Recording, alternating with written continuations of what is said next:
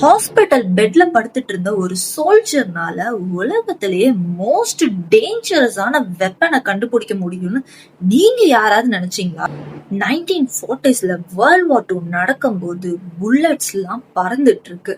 Soldiers எல்லாம் ரத்த காயத்தோட அந்த பேட்டில் ஃபீல்ட்ல இருக்காங்க. அந்த ஒரு சிச்சுவேஷன்ல ஒரு யங் சோல்ஜரை பேட்டில் ஃபீல்ட்ல இருந்து அப்படியே ஹாஸ்பிட்டல் கூட்டு போறாங்க. அப்பம்போது அவரோட மைண்ட்ல ஒரு கொஸ்டின் ரைஸ் ஆயிட்டே இருக்கு. நம்ம எனிமிக்ஸ் கிட்ட இருக்கிற வெப்பன்ஸ் எல்லாம் ரொம்ப ஸ்ட்ராங்கா இருக்கு, வேற நம்ம கிட்ட இருக்கிறதெல்லாம் அவ்வளவு ஸ்ட்ராங்கா இல்ல அப்படின்னு. அந்த ஒரு கொஸ்டின் தாங்க ஒரு ஸ்பார்க்கா கிரியேட் ஆயிருக்கு. அந்த ஸ்பார்க்க பேஸ் பண்ணி அவர் ரெக்கவரி ஆன பிறகு ஒரு மிஷனை டிசைட் பண்றாருங்க. சிம்பிளா ஸ்ட்ராங்கா சோல்ஜர்ஸ்க்கு ஈஸியான இருக்கிற மாதிரி ஒரு வெப்பனை கிரியேட் பண்றாருங்க.